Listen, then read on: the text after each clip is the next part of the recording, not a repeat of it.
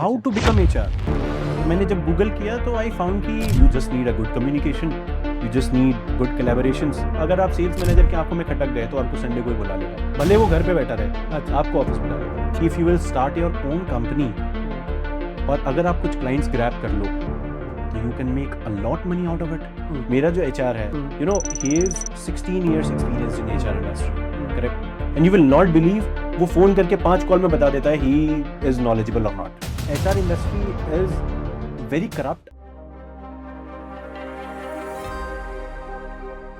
नमस्कार, मैं Arun Dabral, V Mitra podcast में। आज हमारे साथ है Saket Mishra ji, opti recruit global की तरफ से। Welcome mister Saket ji. बताइए। साकेत जी, थोड़ा सा अपने बारे में बताइए, introduction. I am the elder son of my family and मेरी एक छोटी बहन है, she is studying right now and my mom is a housewife and my father is retired right now, but he was first of all he was a security supervisor, but then after he started his leather business, but it shut down in 2-3 months due to some health issues. Okay, and I completed my education from MIT University and I did my bachelor's of commerce from there only. Okay, and from very start I was so rigorous in studies. I never paid any fees in school, I never paid any fees in college. Excellent side. Yeah, exactly. So from start I was very rigorous because I was very clear कि I come from a middle class family, so मेरे को पढ़ना है, नहीं तो fees नहीं आएगी तो फिर आज नहीं तो कल पढ़ाई छोड़नी पड़ेगी। So I have to be very clear with that. So in my first year of college, so अब होता क्या है कि when you come in college, तो मैं MIT से पढ़ रहा था, तो you know कि वहाँ पर बहुत ज़्यादा पैसे वाले बच्चे हैं, गाड़ी से आ रहे हैं, घोड़े से आ रहे हैं, so there are so many things, but I was thinking कि यार मैं यहाँ पर मेट्रो से आ रहा हूँ, मैं यहाँ पर ऊबर बाइक करके आ रहा हूँ। So मैंने एक अपने प्लेसमेंट कोऑर्डिनेटर से बात की कि भैया मुझे एक इंटर्नशिप चाहिए, please manage it for me. अब वहाँ पर I did the internship, but होता क्या है ना कि HR गोस्ट यू। अब HR की गोस्टिंग से मैं खुद परेशान था, कभी वो मैसेज करें तो मैं मैसेज करूं, फिर उसके बाद वो मेरे को रिप्लाई देना बंद कर दें। अच्छा। So these all things were going on. तो मेरे दिमाग में एक फंडा आया कि ब्रो ये HR क्या IAS की नौकरी है? ये मतलब यार रिप्लाई नहीं कर रहे, गायब हो जाते हैं। How to become HR? तो मैंने जब गूगल किया तो आई फाउंड कि यार you just need a good communication, you just need you know good collaborations with people, और अच्छे से पर्सनैलिटी डेवलपमेंट एंड ऑल, थोड़ी ट्रेनिंग्स एंड ऑल कर लो तो उसके बाद you can become a valuable HR for a organisation और कंपनी। तो मैंने कहा ठीक है यार, हम भी करते हैं। अच्छा। तो तब तक मेरे दिमाग में बस इतना ही था कि एक कंपनी के लिए HR बनते हैं, थोड़ी सैलरी मिलती है, अच्छा। और एक शांति की नौकरी है। फिर लक बाय गॉड कि मेरे को एक जॉब अपॉर्चुनिटी मिली from OLX। It was for a sales executive. I was in second year at that time, ठीक है। तो मैंने फर्स्ट ईयर से ही थोड़ा बहुत इस बिजनेस को देखना शुरू कर दिया था कि मैं भी हायरिंग कर सकता हूँ कंपनीज के लिए। तो OLX में जब मेरा इंटरव्यू हुआ तो it was very good, I was selected there. But हुआ क्या उसके बाद कि मैंने वहाँ ज्वाइन नहीं किया। रीज़न बीइंग कि दे वर सेइंग कि आपको 6 दिन से ज़्यादा भी काम करना पड़ सकता है अगर आपके पास वर्क प्रेशर है, ये वो। तो मेरे पेरेंट्स ने कहा कि अगर ये करोगे तो पढ़ोगे कब? अच्छा। तो मैंने कहा ठीक है फिर, क्योंकि MIT इज़ वेरी क्लियर कि हम अपने बच्चों को NOC दे देंगे अगर वो काम करना चाहते हैं। OLX में क्या रिस्पॉन्सिबिलिटी थी आपकी? सर OLX में बस ये रिस्पॉन्सिबिलिटीज़ थी कि मेरे को कैसे भी जो प्रोडक्ट्स उसके ऊपर अपलोडेड हैं, ठीक है, तो जो भी नए, क्योंकि आपको पता है अगर आप कस्टमर बन के भी उसके अंदर अगर आप अपने आप को लॉग इन करते हो तो आपको अपना फ़ोन नंबर डालना पड़ता है। अब अगर आपने गलती से भी कार सर्च कर दिया तो वो तो उनके सिस्टम में फीड हो गया। बिल्कुल। अब जो भी नई कार अपलोड हुई है, अब मैं आपको फ़ोन करके कहूँ कि अरुण जी ये नई कार आई है प्लीज़ खरीदिए, ये नई कार आई है प्लीज़ खरीदिए। अच्छा। And there was the thing कि वो 1-1.5-2 महीने तक आपको पैसे देंगे, लेकिन अगर आप उसके बाद उनके काम को करने में असफल रहे तो दे विल नॉट पे यू द सैलरी।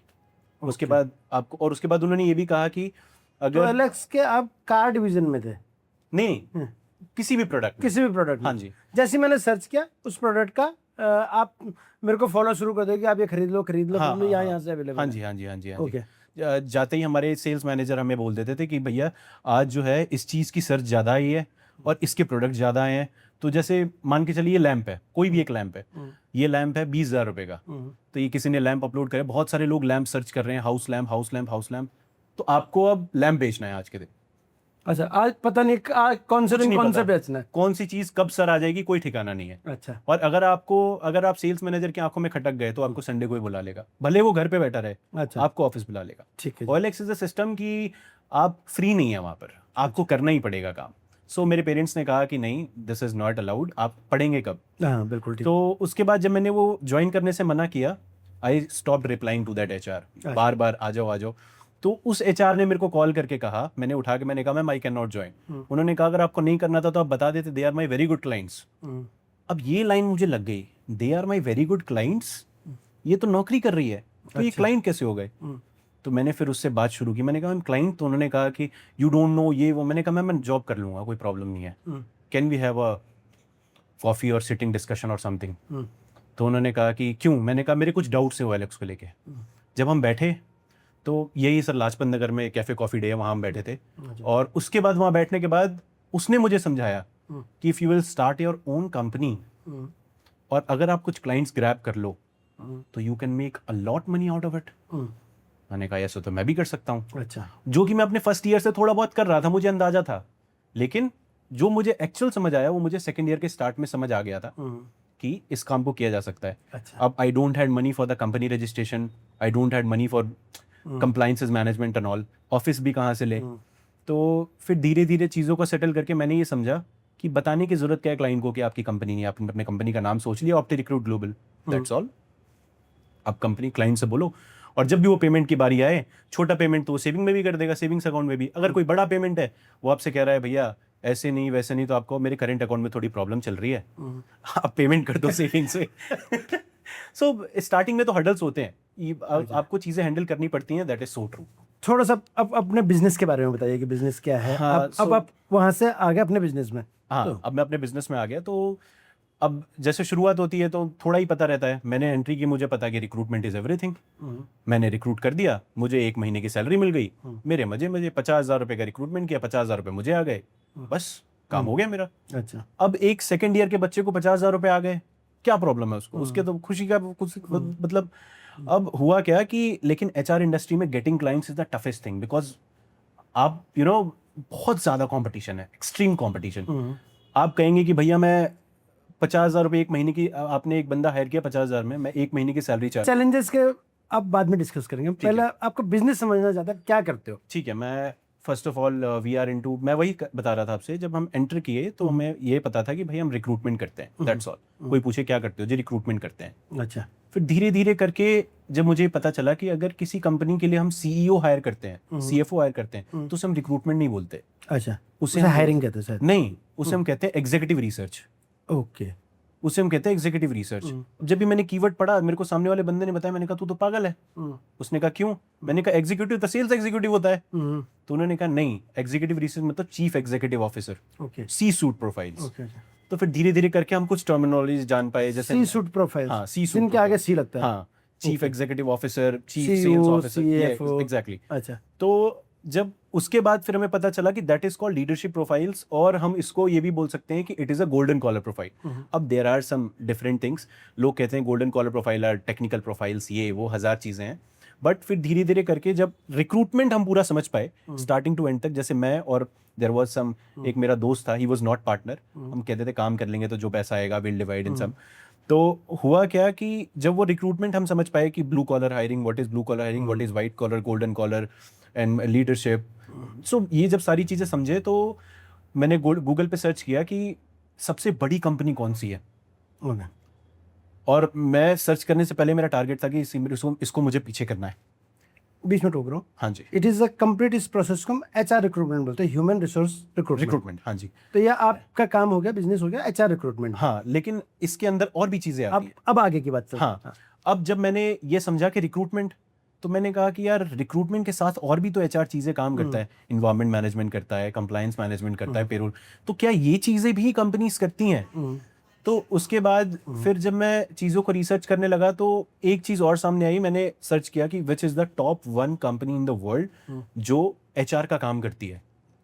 तो मेरे सामने कंपनी का नाम आया रेंडस्टैड, और दूसरी इंडिया में आया टीम लीज बहुत बड़ा काम करती है। अब मैं ये समझ नहीं पा रहा था कि यार रेंडस्टैड क्या कंपनी है, तो रेंडस्टैड यही काम करती है बस। तब मुझे पता चला कि यार रेंडस्टैड तो बहुत पहुंची हुई कंपनी है। जो लोग आज के डेट में हीरो बनने की कोशिश में, I am using this keyword, आप किसी भी कंपनी के पास जाइए, वो कहते हैं जी हम तो ब्लू कॉलर में डील नहीं करते। रेंडस्टैड आपको लेबर देता है सर, रेंडस्टैड आपको CFO भी देता है। बिल्कुल।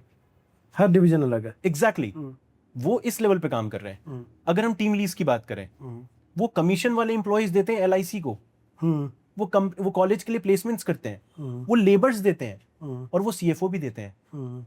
जब मैंने उस वक्त कंपनी का टर्नओवर देखा रेंटस्टेड का, उस वक्त कुछ था इनका 1 लाख करोड़ के आसपास का। ओके। ठीक है। एंड उस टाइम, अभी तो इनको 58 ईयर्स हो चुके हैं, उस टाइम इनका था कुछ 53-54 ईयर्स। तो मैंने कहा कि यार 53 ईयर्स में किसी ने इतनी बड़ी कंपनी बनाई, तो और क्या क्या चीजें ये कर रहे हैं उसके अंदर। देन थिंग्स कम अंडर कि हेड हंटिंग भी करते हैं ये लोग। ओके। हेड हंटिंग क्या होता है? हाँ, मैं बताता हूँ। हेड हंटिंग क्या होता है कि आप मेरे पास आए, आपने मुझे कहा कि ये XYZ बंदा है, मुझे नहीं पता, मुझे ये मेरे कंपनी में चाहिए। ओके, इसे हेड हंटिंग कहते हैं। आप मेरे को आके ये कह रहे हो कि इसकी सैलरी 15 लाख है, मैं 20 दे दूंगा, इसकी 50 है, मैं 55 दे दूंगा। I want this guy in my company. Okay. अब इसमें ये मेरी हेडेक है, मैं उसका फोन नंबर ढूंढूं, मैं उसका ईमेल ढूंढूं, मैं उसे कैसे कनेक्ट करूं, it's completely up to me. Okay, correct. उसके बाद फिर हम एक चीज पे और पहुंचे, दैट इज RPO।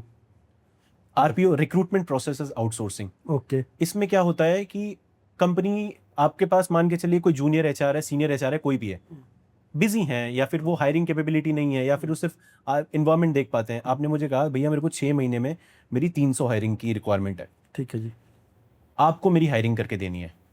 तो हम एग्जैक्टली अब हम अपने 2 या 3 HR को आपकी कंपनी के लिए डेडिकेट कर देंगे अपनी कंपनी में। अच्छा, वो हमारे ऑफिस में बैठेंगे, लेकिन जब वो फोन करेंगे तो आपके भी आप पे करेंगे? हाँ, आपके बिहाफ पे करेंगे कि मैं इस कंपनी से बात कर रही हूँ, we are looking for these candidates, are you open for it, और वट एवर इज देयर। उसके बाद बैकग्राउंड वेरिफिकेशंस दे डू। उसके बाद some other things are also, like reference checks are also there. ठीक है, व्हाइट कॉलर, ब्लू कॉलर, ये सारी चीजें मैंने आपको बता दी। Payroll management, third party payroll. तो आपके बिजनेस के क्या क्या प्रोडक्ट हो गए? आप HR के अंदर क्या क्या चीज आ गई? अब मैं आपको बताता हूँ sir, what we do. First of all recruitment मैंने आपको बता दिया, we do payroll management. Payroll management is a thing कि जब आप किसी को टेम्परेरी रखते हैं, it's in technical fields mainly, कि कोई प्रोजेक्ट चलने वाला है, तो अब प्रोजेक्ट में चलने वाला है तो ठीक है, 6-7 महीने में प्रोजेक्ट खत्म हो जाएगा, तो they don't want to brush up their books. Okay. वो कहते हैं आप इसको अपने पेरोल पे रख लो, इसकी सैलरी 1 लाख रुपए, आप मेरे से 1,20,000 ले लेना। बिल्कुल, 20,000 कॉन्ट्रैक्ट लेबर या कॉन्ट्रैक्ट एम्प्लॉयमेंट हो गया, that is third party payroll. तो वो आपके पेरोल पे होगा, आप उनको बिल करोगे। एग्जैक्टली। उसके बाद हम अलग से एक पेरोल मैनेजमेंट भी करते हैं कि आपने अपने 100 एम्प्लॉइज का इन्फॉर्मेशन दे दिया कि भैया ये इस दिन ये इतने बजे आया, इतने बजे गया, ये पूरी शीट है, हम अपने HR को दे देते हैं। HR उसको पॉइंट टू पॉइंट काउंट कर लेती है कि इसकी इतनी महीने की इतनी सैलरी बनी, सैलरी बन गई, वो आपको दे देंगे आप अपने। एग्जैक्टली, उसमें पर एम्प्लॉय के हिसाब से तो अकॉर्डिंग, उसके अंदर PF ESI वगैरह सारी चीजें आप मैनेज करोगे? हाँ जी, और उस हिसाब से फिर जो काउंट कंप्लायंसेस है वो भी सारे आप देखो। एग्जैक्टली। और जो काउंट है कि अगर आपके पास 500 एम्प्लॉयज है तो उसका कुछ नंबर हम चार्ज करते हैं पर एम्प्लॉय का। So this is how we are doing. RPO भी हम करते हैं, और head hunting, targeted head hunting वगैरह सारे रिक्रूटमेंट के अंडर में ही आती है, एवरीथिंग। और पेरोल मैनेजमेंट, एक पेरोल मैनेजमेंट प्लस ये सैलरी मैनेजमेंट, PF मैनेजमेंट, ये पेरोल मैनेजमेंट के अंडर में आता है। जी सर, अपनी स्पेशलिटी क्या है इन सब चीज़ों में? सर स्पेशलिटी ये है कि we can do very niche level hiring in the fastest format. ठीक है, if I tell you, I will not take the company name, it's one of the biggest, आपको शायद पता होगा, it's one of the biggest company in Noida, real estate company. Okay, ठीक है। सो उनकी एक रिक्वायरमेंट आई मेरे पास, उन्होंने मुझसे कहा कि भैया I am looking for HR। मैंने कहा अच्छा ठीक है, तो HR देने में कितना टाइम लगेगा? अगर मैं रिक्रूटमेंट फॉर्म हूँ और मुझे 10 दिन HR देने में लग रहे हैं, तो मुझे तो डूब भरना चाहिए। That is very clear. तो मैंने कहा कि ठीक है हम दे देंगे। अब वो रिक्वायरमेंट क्या लेके आ रहे हैं, हमें रियल एस्टेट HR चाहिए, नोएडा के रियल एस्टेट में एक्सपीरियंस चाहिए। मैंने कहा ठीक है, ये भी हो सकता है। वो हेड हंटिंग वाली बात आ गई। अब दुख की बात एक और है ना सर, अब मेरे को मेल चाहिए। अच्छा, आप रियल एस्टेट इंडस्ट्री उठा के देख लो sir, 99.9% females are working there हाँ, इन HR सेक्शन। मैक्सिमम सभी कंपनी जो है HR फीमेल ही होती है, और रियल एस्टेट में तो बहुत ज्यादा। तो मैंने तो कहा उनको मेल ही क्यों चाहिए? तो कुछ रीजन बताएं। हाँ जी, उन्होंने अपनी कंपनी को 2 चीजों में बाइफरकेट किया हुआ है। फीमेल उन्हें चाहिए for presentation, for pre sales, कि अगर उनके कंपनी में जितनी भी प्री सेल्स पोजीशन है उसमें कोई भी मेल नहीं है उनके पास। अच्छा, ऑल आर फीमेल्स। जैसे अगर कोई साइट विजिट्स के लिए जा रहे हैं, वहां साथ में 2 फीमेल्स जाती हैं, दे ट्राई टू एक्सप्लेन। अब उनकी कुछ माइंडसेट हो गया कि उन्होंने फीमेल क्यों हायर किया, बट मेल उन्हें इसलिए चाहिए था ताकि मेल डोमिनेट कर सके सेल्स गाइस को, जो कि एक बहुत यूजलेस रीजन है क्योंकि फीमेल भी कर सकती है। ठीक है। उसके बाद उन्होंने मुझसे, अब सर ये तो आधा दुख बताया मैंने आपको, अभी अच्छा, अभी पूरा दुख ये है कि उसके बाद उन्होंने कहा कि मैंने 5-7 दिन हो गए मैं स्ट्रगल कर रहा था, मैंने कहा एज लिमिट भी आई होगी नहीं अब ये नहीं, मैं तो स्ट्रगल कर रहा था, मैंने कहा कैसे होगा सर ये, आप मेरे को फीमेल का एक ऑप्शन तो कह रहे दे रहे हैं ना हम आपको फीमेल का ऑप्शन, आप मुझे मैरिड फीमेल ला के दो जिसका बच्चा हो चुका हो।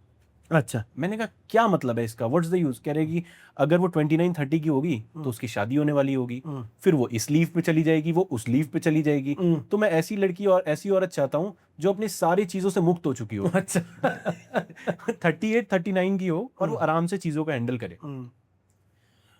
सर 15 डेज के अंदर मैंने ये दोनों प्रोफाइल्स उनको शेयर कर दी। ओके, ठीक है, तो ये अपनी स्पेशलिटी है, ये अपनी कि स्पेशलिटी हम आपको रिक्वेस्ट बहुत बताएं niche कि हमें level- ये चाहिए, आप ला के दोगे। एग्जैक्टली मैं आपको बिल्कुल नीच लेवल हायरिंग करके दे सकता हूँ। आप मेरे को कहोगे कि मुझे इसके अंदर ABD चाहिए, C नहीं चाहिए, मैं आपको ABD वाला बंदा ला के दे दूंगा।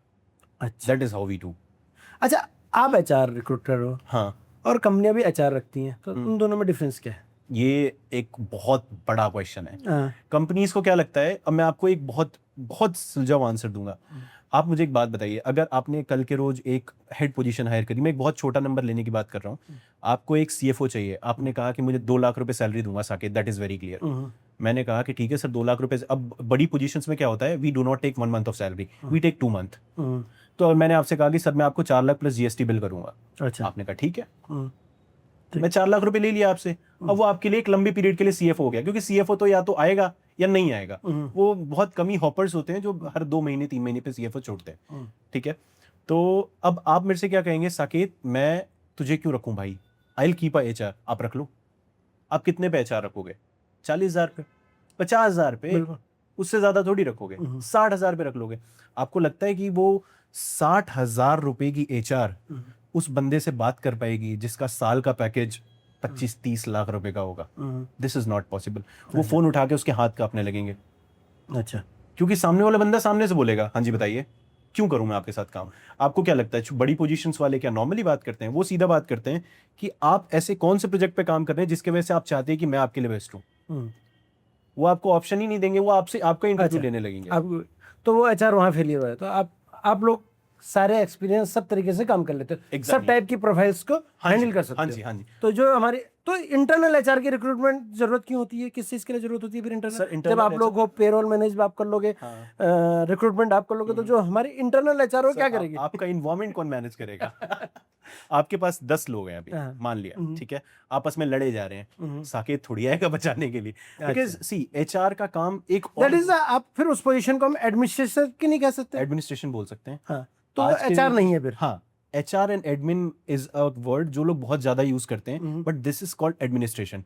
इधर की बात सुन के इधर ना बताए। अच्छा, उसने आपको आके कह दिया यार ये बंदा बहुत बुरा है, उसने आपको कह दिया नहीं ये बंदा बुरा है, ठीक है, दोनों को कान में रख के बात खत्म हो गई। हाँ, और जो कंपनी के लिए फायदेमंद है उसको रख लो, दूसरे को निकाल दो। Exactly, this is how. But HR का काम क्या होता है, एक HR का काम क्या होता है कि अगर आपको टेलीकॉलर चाहिए यार, आपको 20-30 हजार भी, अब आप मेरे पास आओ, साकेत जी मेरे को एक 30,000 रुपए का सेल्स पर्सन दे दो। अच्छा, यार ये क्या मतलब है, क्योंकि छोटी पोजीशन का एट्रिशन ज्यादा होता है।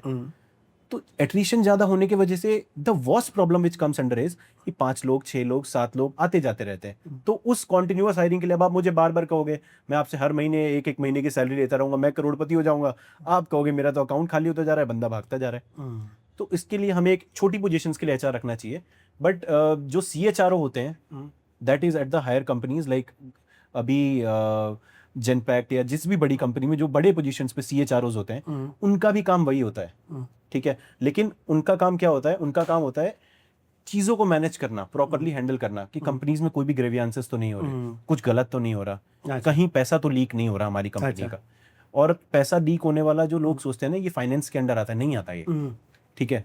आप मुझे बताइए मैं 5 लोग हायर कर लूं, या फिर आप मुझे बताइए आपकी, अब मैं नॉर्मल एक एग्जांपल दे रहा हूं, बड़ी कंपनी आपकी कहीं साइट चल रही है, अगर उस साइट पे 100 लोग काम कर रहे हैं, आप मुझे बिल बना के भेज रहे हो 102 लोग का, किसकी गलती है वो? HR मैनेज करेगा, HR एडमिनिस्ट्रेशन मैनेज करेगा। तो पैसा लीक किसकी वजह से हो रहा है? HR के फॉल्ट की वजह से हो रहा है ना। तो बड़ी कंपनीज कॉन्ग्लोमरेट HRs या ग्रुप HRs इसलिए रखती हैं कि वो 5-6 कंपनीज का पूरा आइडिया लेता रहे कि यार कहीं तो, जैसे FMCG कंपनीज हैं, वो रोड पे घूमने वाले वो भी हायर करते हैं, रिटेलर्स भी हायर करती है, डिस्ट्रीब्यूटर्स हायर करती है, डिस्ट्रीब्यूटर अलग अलग। अब वो बड़ी कंपनीज क्या कर दी हैं कि वो डिस्ट्रीब्यूटर्स जो हैं, कहीं ऐसा तो नहीं वो यार मैकन फूड्स में भी काम कर रहे हैं, ITC में भी काम कर रहे हैं, कहीं ऐसा तो नहीं है, तो फिर मेरा पैसा लीक हो रहा है ना। तो ये सारा एडमिनिस्ट्रेशन वाला देखता है, एचआर वाला देखता है। एग्जैक्टली। ओके, अब एक चीज समझते हैं, आप एचआर का, पेरोल का सारा काम करते हैं। अब आप रिक्रूटमेंट कर रहे हो, आप रिक्रूटमेंट के लिए वो कैसे लाते हो, कैंडिडेट्स कैसे वो करते हो?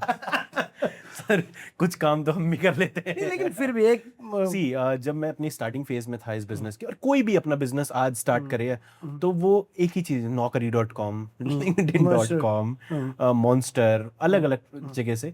बट एट सम पॉइंट, जैसे पिछले 4-5 सालों से हमने प्रोफाइल्स को जो भी, जैसे आपने मुझे कहा मुझे एक हेड अकाउंटेंट चाहिए, उसकी सैलरी 80,000 रुपए है। मैंने अगर उसको पोजीशन पे डाला, लिंक्डइन पे डाला, ठीक है, मेरे पास 150 प्रोफाइल्स आ गई, तो आपको एक बंदा पसंद आ गया, बाकी 149 का क्या, आपके लिए वो खराब। डेटा कलेक्ट कर दिया, मैंने अपना डेटा कलेक्ट। अब फ्यूचर में अगर मेरे को कोई दूसरी कंपनी कहेगी यार मुझे 80,000 का एक अकाउंटेंट चाहिए, मेरे पास डेटा है, मैं तुरंत फोन करूंगा, भाई आ जाओ यार इंटरव्यू के लिए। तो मैक्सिमम एचआर कंपनी इस पॉलिसी को फॉलो करती है, मैक्सिमम केवल ऑनलाइन डेटा पे काम कर रही हैं। जो भी बड़ी कंपनीज हैं, you take Randstad, you take TeamLease, you take Accord, जो भी बड़ी कंपनीज है, ठीक है, उनका अपना डेटाबेस है, उनकी 95 to 98% पोजीशंस डेटाबेस पे सॉल्व हो जाती है। अच्छा, ठीक है, और बाकी अपने डेटाबेस पे। अब there is a difference, I will be clearing it up.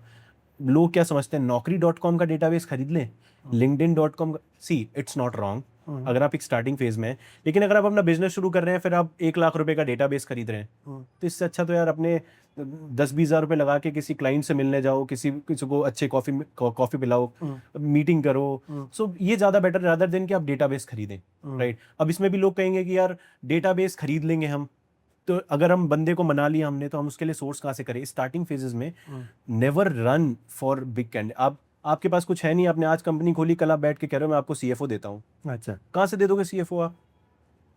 और सामने वाली कंपनीज ऐसे जज नहीं करती कभी, बड़ी कंपनीज। अच्छा, वो आपको ऐसे जज करेंगी, वो आपसे पूछेंगे कितने टाइम में दे दोगे, आप कहोगे, आप भी तेज बनने के लिए बोल सकते हैं मैं 20 दिन में दे दूंगा, वो कहेंगे नहीं भैया बेकार है ये। अच्छा, क्योंकि एक CFO position it takes around 2.5 to 3 months 2.5 minimum.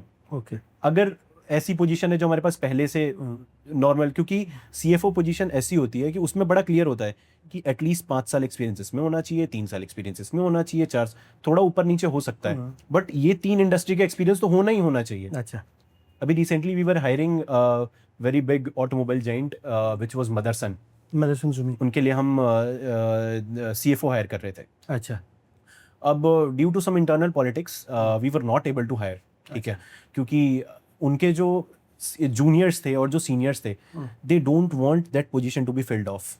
ये बहुत बड़ा इशू है इस इंडस्ट्री का। रीजन बीइंग, वो चाहते ही नहीं है कि उनके सिर पे एक जूनियर आए, या फिर सीनियर के नीचे एक जूनियर आए, या फिर जूनियर के ऊपर एक सीनियर आए, ठीक है।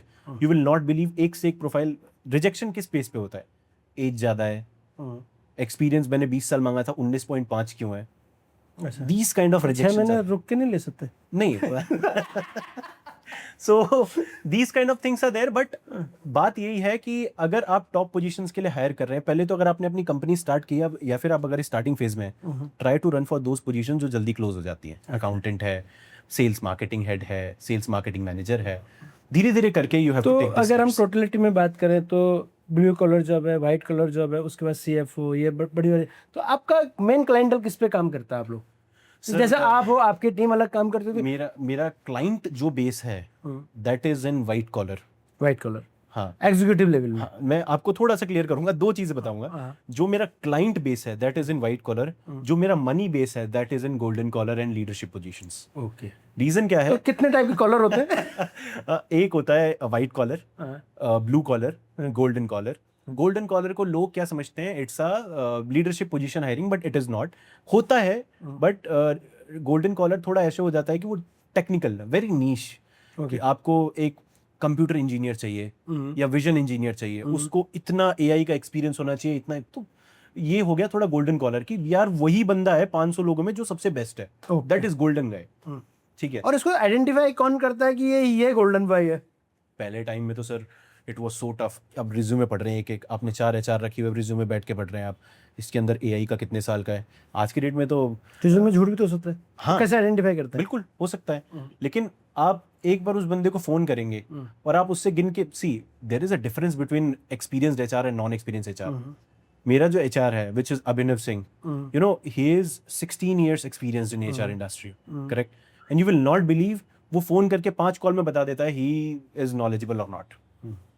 5 क्वेश्चंस में बता देता है कि ये बात करने लायक है या फिर ये इज यूजलेस. क्योंकि अगर मेरे को सेल्स एंड मार्केटिंग का एक्सपीरियंस है तो मेरी तो आवाज़ बोलेगी सर. अगर मुझे नहीं है तो मैं कहूँगा I can do, I think of. तो एक्सपीरियंस HR इसीलिए रखे जाते हैं. इसलिए अब पेरोल मैनेजमेंट की बात करते हैं. पेरोल मैनेजमेंट में कैसे करते हो आप लोग, क्या कैसे कर रहे हो इसको टोटली मैनेज? आपके पास अपनी टीम होती है या क्या चीज़ किस तरह से करते हो? अब कुछ कंपनीज होती हैं जो पेरोल मैनेजमेंट के हमने 2 पार्ट समझे. एक तो आप सामने वाले के लिए उसका डेटा आया, डेटा को आपने प्रोसेस किया और उसको भेज दिया वापसी. उसमें हमने अपना एम्प्लॉय ले लिया. दूसरे में कि आप उसके लिए एम्प्लॉय हायर कर रहे हो, अपने पेरोल पे कर रहे हो, उसका काम कर रहे हो, पार्टी पेरोल. तो आपका मेजर कौन से दोनों में से? सर जो पैसा जो actual if I tell you जो मनी चंक जो है that is in third party payroll.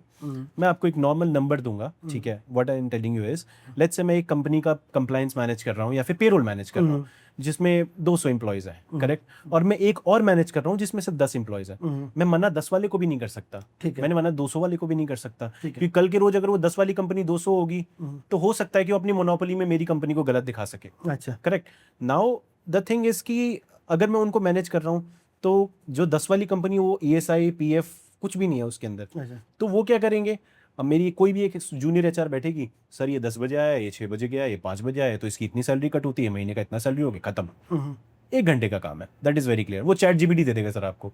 लेकिन अगर हम 200 वाली कंपनी पे बात करें तो यहाँ आ जाता है sir compliance, PF, ESI, gratuity, medical, ये वो 1000 चीजें.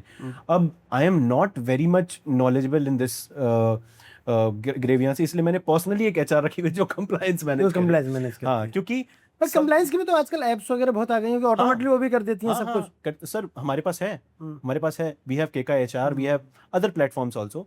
तो उनके through we are doing up the things. पहले बताता हूँ, पहले तो हमें मैन्युअली करना पड़ता था, क्योंकि जब हमने कंपनी स्टार्ट की थी उस वक्त तो ये नॉलेज धीरे धीरे जब हमें पता चला तो उसमें भी कुछ महीनों तक हमने खुद से ही किया. रीजन बीइंग कि हमारे पास सॉफ्टवेयर खरीदने का थोड़ा इशू था ये वो. बट जब हमने सॉफ्टवेयर खरीदा तो नाउ थिंग्स बिकम ईजियर. अब आप किसी कंपनी के लिए केवल पेरोल मैनेज कर रहे हो आप, यानी उसके ना एम्प्लॉयमेंट दे रहे हो, पेरोल यानी उनके डेटा आया, आपने डेटा प्रोसेस करके दे दिया. अब उसमें बहुत सारी क्वेरी जाती है. कोई बोलता है कि मैं तो 4 दिन आया और आपने 3 दिन की सैलरी दी है, तो उनको ग्रीवेंसेस आप ही देखोगे या उनकी कंपनी देखती है? वो किसके उसमें आता है? अगर हमारे पास पहले तो वो कंपनी के पास जाता है, कंपनी के पास चला गया, उसके बाद वो मेरे पास आएगा, क्यों साकेत जी ये क्या प्रॉब्लम है, मैं अपनी HR से चेक करूंगा.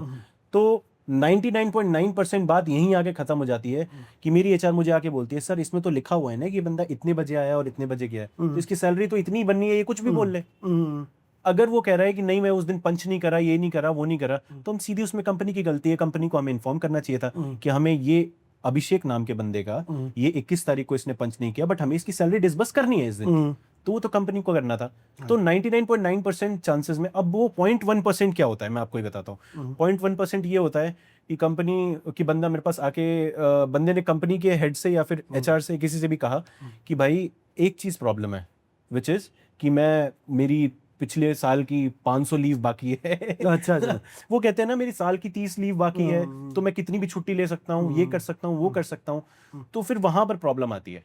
तो वहां पे आप एक्चुअल पॉलिसीज पे काम करते हो कि उनकी एडमिनिस्ट्रेटिव पॉलिसी क्या कहती है? एग्जैक्टली, क्योंकि मैं अब हर एम्प्लॉय का, अगर आप मुझे बताइए, मैंने अगर आपका काम नवंबर में उठाया है, ठीक है, तो वो मार्च अप्रैल से वो जो फाइनेंशियल ईयर शुरू हुआ है, तो मुझे नहीं पता ना बंदे ने कितनी छुट्टियां ली हैं, क्या किया है. तो वो पुराना डेटा भी चाहिए. एग्जैक्टली. तो 0.1 वहीं आके फंसता है कि यार अब इसकी छुट्टियां हमें कवर करनी है, इसके पैसे काटने हैं. There are some of the things. अच्छा, जब कई बार ये काम लेने में कुछ करप्शन भी है कॉर्पोरेट्स में या नहीं है? हाँ है. अच्छा. तो उसके लिए कुछ हमें सुविधा शुल्क जो हम पुलिस को बहुत जगह पे देना होता है, यहाँ पे भी देना होता है, क्योंकि हमने सुना कि कॉर्पोरेट में आज के डेट में करप्शन नॉर्मल लेवल से ज्यादा बढ़ गया है. मैं आपको बताऊं, देयर इज अ थिंग, मैंने कहीं एक रील देखी थी जिसमें लोग ये कह रहे थे कि lawyers can make 1 crore 2 crore रुपए. ठीक है, मैं आपको बताता हूँ, मैं अगर एक गवर्नमेंट टेंडर्स की बात, मैं बात करूंगा जिस इंडस्ट्री में मैं हूँ, मैं गवर्नमेंट टेंडर्स में बात करता हूँ. आप डेटा उठा के देख लीजिए फ्रॉम लास्ट 15 ईयर्स, जो जेम पोर्टल पे जो वो टेंडर्स भरे जाते हैं, कुछ भी हैं, अभी तक का सबसे बड़ा करप्शन मैन पावर में है. ठीक है, 10 एम्प्लॉय आए हैं, पैसे 15 के ले रहे हैं, 15 एम्प्लॉय आए हैं, पैसे 25 के आ रहे हैं। गवर्नमेंट में भी और प्राइवेट दोनों में? अभी तो गवर्नमेंट की बात कर रहा था। ये होता क्या है ना, जो कंपनी स्टैंडर्ड्स लेती है, they do these kind of things. ठीक है। अब मैं प्राइवेट की बात करता हूँ। You will not believe, I was hiring a CHRO for a company. मैं कोई नाम नहीं लेने वाला, कुछ नाम की जरूरत भी नहीं है। मैं एक्चुअली वो जो कंपनी था, उस बंदे ने मेरे को फोन किया फर्स्ट ऑफ ऑल, कंपनी के हेड ने। एक्चुअली होता क्या है ना कि कंपनी 2-3 CHROs रखती है। अब मैं 2-3 CHRO की बात कर रहा हूँ, तो यू कैन अंडरस्टैंड जो कंपनी किस लेवल की कंपनी होगी। एग्जैक्टली। CHRO मुझे फोन करते हैं, कहते हैं कि यार आई नीड अ कंपेनियन। मैंने कहा कंपेनियन इन द सेंस, कह रहे कि यार मुझे मेरे लेवल का HR चाहिए, एक और CHRO लेवल पे। अच्छा, ठीक है, क्योंकि ना काम बढ़ता जा रहा है और मैंने कंपनी से अलाउंस ले लिया है कि company can allow me to have a new CHRO। Okay. मैंने कहा ठीक है सर। अब मैंने आपको स्टार्टिंग में एक चीज बताई, बंदा फोन करता है, बंदा आपसे ही पूछता है कि आप मुझे क्यों रखना चाहते हो। अच्छा, सीनियर पोजीशंस में दैट इज। हाँ बिल्कुल। अब अगर मैं उस बंदे से बात कर रहा हूँ, वो मुझे पता है क्या कहेगा, सारी बात जान लेगा। उसके बाद सीनियर पोजीशन से मोस्ट प्रोबेबली या तो मेरे सीनियर HR बात करते हैं या मैं। ठीक है, तो अगर मैं उसके साथ एक डिस्कशन में बैठा हूँ जूम कॉल पे, क्योंकि हम स्क्रीन जब करते हैं बड़ी पोजीशंस को तो पहले हम जूम कॉल पे बैठते हैं। ठीक है, तो वो क्या कहता है, सर कुछ लेन देन करके आगे प्रोसेस करा दो फाइल। अच्छा, तो मैंने कहा लेन देन करके मतलब? कह रहे कि मेरा साल का पैकेज 50 लाख है, ले लो सर कुछ। तो अब मेरा जो हेड HR है मिस्टर अभिनव सिंह, वो भी बहुत पहुंचे हुए आदमी है। 16 साल HR, तो उन्होंने कह रहे बताओ कितना दोगे। अच्छा। तो अच्छा, ओपन डिस्कशन है। हाँ, तो कोई जूम कॉल चल रही है। उन्होंने कहा देखो सर, और वो नंबर ऐसे नहीं होता सर, वो फोन का कैलकुलेटर ओपन करेगा वो बंदा, ये दीज थिंग्स वो ऐसे लिख के आपको बताएगा, इतना इतना इतना, क्योंकि उसे पता है स्क्रीन रिकॉर्डिंग हो रही होगी शायद। तो जब ये सारी चीजें होती हैं तो दैट गाय सेज कि यार मैं साल का 50 लाख कमा रहा हूँ, यू टेक 20 लाख 25 30 50 लाख रुपए, what ever you want. Sir अगर मैं एक पोजीशन से 50 लाख रुपए ले रहा हूँ, now you can take an idea, क्योंकि मुझे तो कंपनी पे प्रेशर बनाना है। बिल्कुल बिल्कुल, कि सर इसको रख लो, he is a great guy, he is a gem, he is ये, ही इज वो। बाद में पता चल रहा है ही इज फ्रॉड। हाँ, अच्छा, वो 6-8 महीने काम कर ले। मैं तो HR industry is very corrupt, अगर आप उसको करप्शन के तरीके से चलाना चाहते हो तो। अच्छा। ठीक है, अब मेरा क्वेश्चन किसी और कंटेक्स्ट में था कि please, आपने जैसे 100 एम्प्लॉय के लिए पेरोल मैनेज कर रहे हो, बाकी चीजें कर रहे हो, तो वहां पे भी तो करप्शन होगा, उनको आपको काम देने के लिए भी तो पैसा देना पड़ता होगा।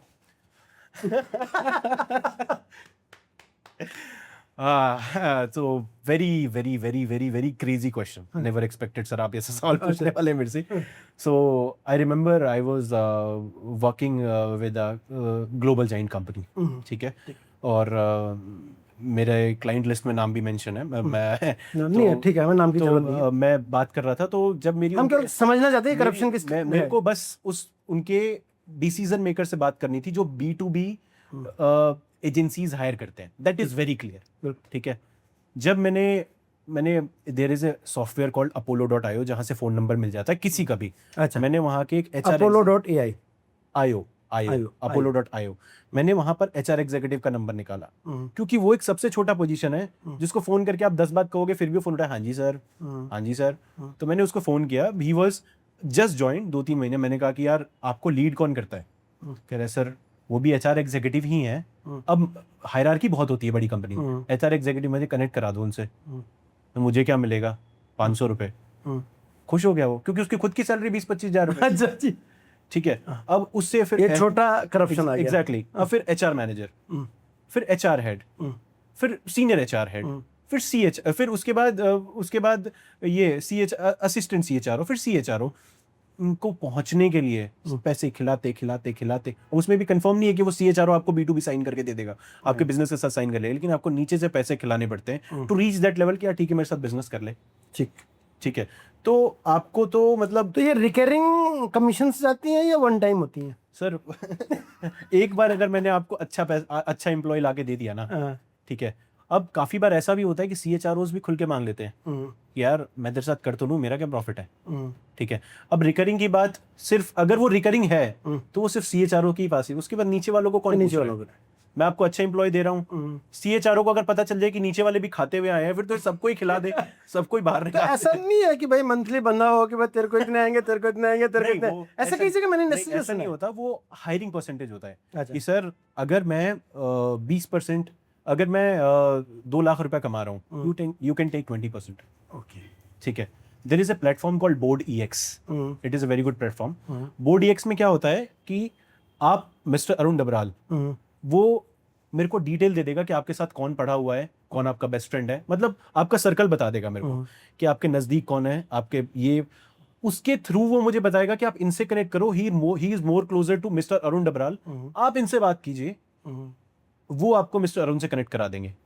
ओके. और हम उस प्लेटफॉर्म का यूज करते हैं. They are charging $15,000 a year. Okay. ठीक है. अब आप मेरे को एक बात बताइए, वो होता क्या है ना सर, आप वहां से अगर 20-30 पोजीशन भी क्लोज कर दे साल की, you can make lots of money. But होता क्या है कि अब आपने किसी के थ्रू उसको कनेक्ट किया, तो वो थ्रू वाला बंदा क्यों कनेक्ट कराएगा उससे? दुनिया तो संत है नहीं. बिल्कुल बिल्कुल, संत तो कोई भी नहीं.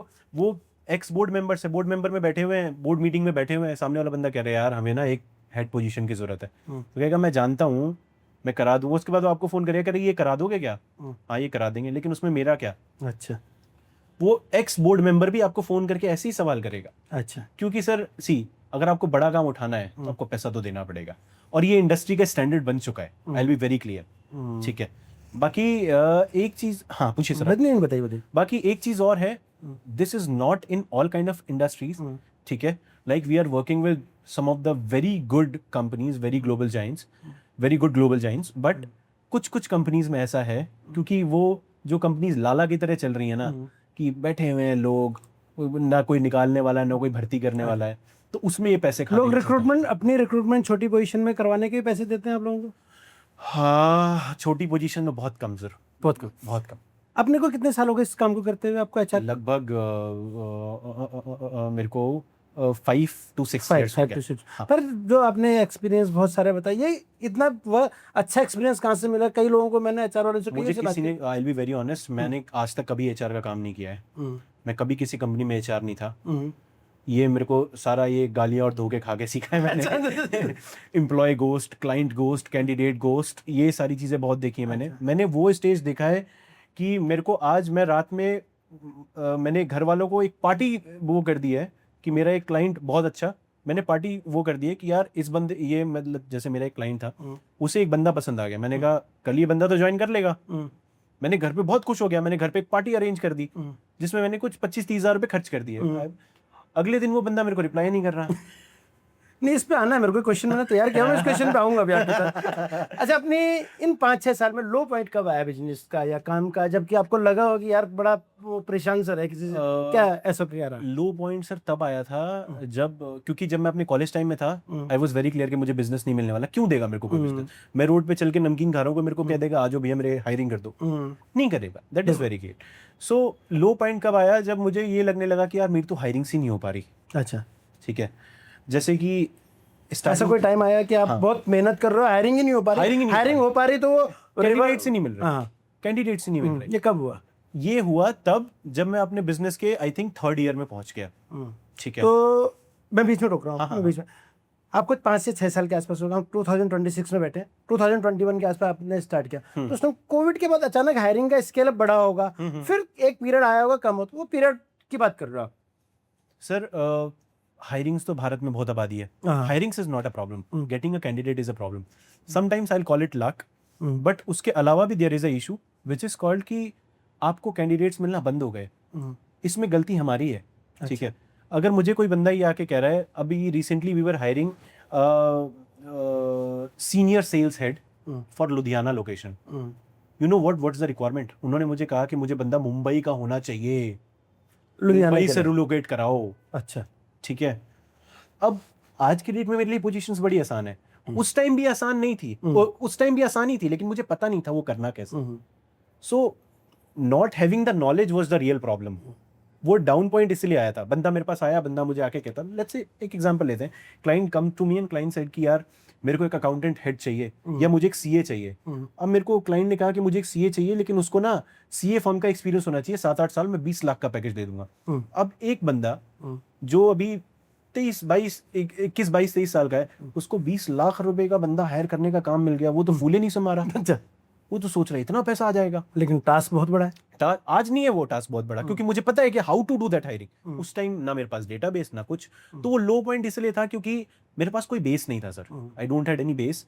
छोटी पोजीशन हायर कर दी, आपको एक अकाउंटेंट दे दिया 30-40 हज़ार रुपए का, मेरे पैसे बन गए। मुझे लगता था आई बिकम मैं तो पीयूष मेहता बन गया हूँ, जनपेक्ट का CHRO बन गया हूँ। तो धीरे धीरे करके फिर वो चीज़ें जब समझ आई तो फिर मैंने कहा कि नहीं यार, मेरे को अपना बेस मजबूत करना पड़ेगा, अपना बैकग्राउंड मजबूत करना पड़ेगा। उसके लिए फिर आई स्टार्टेड मेकिंग डेटाबेस। धीरे धीरे करके चीज़ें हुई, बट वो लो पॉइंट मुझे इसलिए अभी भी चुभता है क्योंकि उस वक्त मैंने अपने बड़े क्लाइंट्स खोए हैं। अच्छा। बड़े क्लाइंट्स खोए हैं। और आज मुझे ये समझ आता है कि मेरे को आज की थोड़ी नॉलेज अगर उस वक्त होती, लेकिन सर स्टार्टिंग से मेरे अंदर ये भी था, मैं पूछता भी नहीं था किसी से। मैं किसी को जाके ये भी सोचता था, अगर मैं उससे पूछूंगा कि मैं CHRO, मेरे को एक CHRO हायर करना है या फिर मुझे एक हेड हायर करना है, यार वो तो मेरा बिजनेस कॉपी कर लेगा। बिल्कुल। बचपन बुद्धि सर। तो इसी कारण say that was the thing. हाँ, किक कैसे मिले फिर बिजनेस के लिए दोबारा? हाँ, किक मिलने का सबसे बड़ा रीजन ये है, I met with some people. Okay.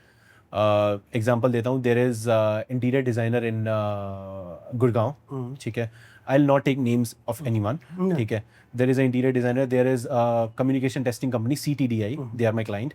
So there are some of, जब मेरे को एक बड़ा क्लाइंट सबसे पहले मैंने साइन किया था, दैट वाज CTDI, ठीक है। जब मैंने CTDI साइन किया तो मुझे लगा कि यार कुछ तो देखा होगा इन्होंने मेरे में। That was, by the way, that was from referral, but कुछ तो देखा होगा इन्होंने मेरे में, तो मैं कुछ तो कर ही सकता हूँ। कुछ तो मैं कर ही सकता हूँ। बिल्कुल बिल्कुल। तो धीरे धीरे करके फिर मैंने जब इन चीज़ों को देखा तो I got a lady in my connect. तो उसने मुझे कहा कि यार मैं ना naukri.com का डेटाबेस खरीदती हूँ। तो मैंने कहा कि naukri.com का आप डेटाबेस खरीदते हो तो मैं जो रिज्यूमेज निकालूंगा ना आप में, आप मेरे को वो एक्सेस दे दो, मैं रिज्यूमेज जो भी आपके रिज्यूमेज निकालूंगा उसमें से मैं जो भी पैसा अगर बनाता हूँ तो आपको मैं 30% दे दूंगा। अच्छा, आपने सीधा, क्योंकि मेरे पास डेटाबेस खरीदने के 5 लाख रुपए तो थे नहीं सर, ठीक है, अगर आप एक अच्छा डेटाबेस खरीदते हो तो इस तरीके से मैं 30,000 से स्टार्ट हो जाता है डेटाबेस खरीदना? सर हो जाता है, लेकिन उसके अंदर वो रिज्यूमे देखने का क्या ऑप्शन रहता है? अच्छा। 200 रिज्यूमे देखता 200 रिज्यूमे। तो अब मेरे को ना अपने स्टार्टिंग टाइम में कोलैबोरेशंस बहुत करनी पड़ी। अच्छा, कोलैबोरेशंस, ठीक है। जैसे अब मेरे पास एक बंदा आया कि मेरे को ड्राइवर चाहिए। अब क्योंकि मैं इतने उस लेवल से उठा था कि मेरे पास कुछ भी नहीं था बिजनेस के लिए, तो मेरे को कोई ड्राइवर ही मांगता था, मैं कहता था इसकी पोजीशन अगर क्लोज हो जाए ना जी में 20,000 रुपए आएंगे। बहुत सही। तो अपने आपको अपडेट कैसे रखते हो? नहीं, इंडस्ट्री के हिसाब से अपडेट कैसे करते रहते हो? इंडस्ट्री का अपडेट सर मुझे पता चलता रहता है ड्यू टू थ्रू द, मैं जितने लोगों को मैंने हायरिंग करके दिया है, मेरे को रोज फोन कहीं ना कहीं से आ जाता है, सर मैं ये जो है ना, इसने हायर करते वक्त तो मुझे कुछ और बोला था, अब ये मेरे को टॉर्चर कर रहा है। अच्छा। तो धीरे धीरे करके अच्छा। कभी कोई कुछ बोल देता है, कभी कुछ बोल, लेकिन through LinkedIn, that is the biggest source I tell. मेरे को सबसे बड़ा अपडेट, क्योंकि मेरे लिंक्डइन पे बहुत सारे HRs कनेक्टेड है, तो through LinkedIn I get an update कि क्या चल रहा है इंडस्ट्री में, कहाँ हायरिंग चल रही है, कहाँ मेरे को अप्रोच करना चाहिए। जैसे अभी मेरे से सबसे बड़ी अपॉर्चुनिटी कौन सी छूटी, दुबई में हायरिंग की। अच्छा। जब ये उसके लिए तो एक लाइसेंस भी चाहिए, 25 लाख रुपए की सिक्योरिटीज वगैरह। हाँ, लेकिन अगर आप ऐसे बंदे के साथ कोलैबोरेट कर लें जिसके पास ये लाइसेंस है, तो यू कैन डू दैट, आप उसके को क्लाइंट बन जाओगे। अच्छा, एक डिफरेंट क्वेश्चन पे चलते हैं। हाँ, पीछे सर, डिफरेंट क्वेश्चन क्या है, एज ए पब्लिक का परसेप्शन की बात करते हैं, लोग बोलते हैं नौकरियां नहीं है, अगर मैं कंपनी के उससे बोलता हूं तो नौकरी वाले नहीं है, तो इन दोनों में बातों में डिफरेंस क्यों है ऐसा? सर नौकरी, फर्स्ट ऑफ ऑल मैं आपको 2 चीजें बहुत क्लियर करूंगा, नौकरियां नहीं है। अनएम्प्लॉयमेंट एक समस्या है और एम्प्लॉय न मिलना भी समस्या है। हाँ, तो ये 2 चीजों को मैं एक अलग तरीके से सॉल्व करूंगा। मैंने, अगर आपके पास नॉलेज है ना सर, आपको नौकरी की कोई प्रॉब्लम नहीं है। मैं ये ऑन द शूट बोल रहा हूँ, कोई भी अगर आपसे आके बकवास कर रहा है मुझे नौकरी नहीं मिल रही, ही इज नॉट नॉलेजेबल, उसके पास स्किल्स नहीं है। सर आप किसी को बिठा के अपने घर में 10 रुपए नहीं दोगे sir, that is very clear. अगर किसी काम करनी है तो क्यों दोगे आप उसे 10 रुपए? सही बात। तो मैं क्यों किसी को 10,000 रुपए भी क्यों हायर करूं, भले मेरा टर्नओवर 500 करोड़ है, मैं क्यों हायर करूं 10,000 रुपए बंदा? बिल्कुल सही बात। तो ये काफी बार रील्स पे भी आ जाता है कि मैंने ये डिग्री की है, वो डिग्री की है, उनसे पूछ दो MBA की फुल फॉर्म क्या है, वो बना देते हैं, ठीक है। और कंपनी को एम्प्लॉयज ना मिलना, दैट इज बिकॉज कि हमारे यहाँ जो आबादी है दैट इज बहुत ज्यादा, ठीक है, और सही लोग आगे ही नहीं आना चाहते। अच्छा। अब मुझे मान के चलिए किसी मार्केटिंग हेड को हायर करना है, और मैंने लिखा हुआ है स्पेशली कि मुझे एक मार्केटिंग एजेंसी का ही मार्केटिंग हेड चाहिए, पता नहीं कहाँ से फार्मास्यूटिकल वाले बंदे उठ के आ रहे हैं, कोई भी उठ के आ रहे हैं, अब कंपनी को लग रहा है एम्प्लॉय नहीं है। अच्छा। तो हमें उस बंदे को ढूंढ के उस कंपनी को पहुंचाना, that was the real thing. और आज सर सी यू नो कि हमारा पॉपुलेशन बहुत है, तो हर इंडस्ट्री में ना हजारों लोग भरे पड़े हैं। अच्छा। कोई लेवल 1 का है, कोई लेवल 15 का। लेवल 1 मतलब सबसे रद्दी, लेवल 15 मतलब टॉप लेवल, ठीक है। कोई लेवल 1 का है, कोई लेवल 15 का है। So it's up to you, आप कैसे किसको सोर्स कर रहे हैं, ठीक है। आपका कोई एचआर पार्टनर है, और हर बड़ी कंपनी का एक एचआर एजेंसी, उसकी एचआर पार्टनर जरूर होती है, okay. 110%। So this is the thing. Books कौन सी पढ़ते हो, किस बुक से इंस्पिरेशन लेते हो? सर बहुत बड़ा बुक रीडर हूँ, अच्छा। एक्सट्रीम। मैं कभी भी बाहर जाता हूँ, मैं मतलब अगर मुझे किताब दिख गई तो मेरा आधा घंटा गया। अच्छा। मेरी सबसे बेस्ट बुक कौन सी लगी? The diary of a CEO, diary of CEO, Steven Bartlett. Okay. उसके अलावा? उसके बाद मैंने पढ़ी थी 0 to 1। 0 to 1, हाँ, okay. But still I will say the best book if someone have to read, that is the diary of a CEO. Diary of diary of a CEO. Okay. अच्छा, आप पढ़ने में ज्यादा विश्वास करते हैं, सुनने में? आजकल ऑडिबल भी बहुत चल रहा है, कौन सी चीज बेटर पढ़ना है? इज ज्यादा बेटर। पढ़ना बेटर, ऐसा क्यों? सर सुनते तो हम गाड़ी की आवाज भी है, याद रख रहे हैं हम। सो सुनना ही, it's up to the preference I will say. अगर आपकी प्रेफरेंस ये है कि आप सुन के चीज़ों को समझें तो वो ठीक है, लेकिन पढ़ने से एक ये होता है कि आप चीज़ों को समझते हैं, देखते हैं, और कोई चीज़ अगर आपको समझ नहीं आए तो उसे वापस पढ़ते हैं। तो वापस पढ़ने से आपको दिमाग में रहता है कि यार ये चीज़ मेरे को समझ नहीं आई थी, मैंने इसको वापस पढ़ा था। सुनना can be a easier thing, but पढ़ने से आपकी स्किल्स भी डेवलप होती हैं, माइंड खुलता है, थोड़ा चीज़ें होती हैं, कंसंट्रेशन बढ़ जाता है। Exactly. So there are so many things. एक बीच में एक अजीब सा क्वेश्चन है, please, एक please. अजीब सा क्वेश्चन है आपके लिए। आपकी एकेडमिक्स बहुत अच्छी रही, आपने सब जगह एज ए एजुकेशन उनको आपको स्पॉन्सर हुई है, ठीक है। तो ज़्यादातर हमने ये देखा कि जिनके एकेडमिक्स बहुत अच्छी होती है वो ज़्यादातर जॉब करते हैं। तो आप बिजनेस में कैसे? मेरा एक्सपीरियंस है, जो मेरे को लगा ऐसा है या नहीं है? हाँ बिल्कुल है। तो आप बिजनेस में कैसे, आप उससे एक्स्ट्रा ऑर्डिनरी कैसे? Sir there is a very good thing जो मेरे पापा हमेशा कहते हैं, विच इज़ कि अगर आपके दोस्त हैं तो या तो आप एवरेज हो, और या तो आप एवरेज हो, या तो आप बिल्कुल टॉप लेवल हो, ठीक है। और अगर आपके दोस्त नहीं है तो आप कहीं बीच में ही घूम रहे हो, ओके। ठीक है। ये चीज मैं क्यों कह रहा हूँ, अगर आपके दोस्त है तो आप एवरेज, मतलब कि आप देखते हैं कोई नशा करता है रोड पे खड़े होके, उसके बहुत नशेड़ी दोस्त हैं।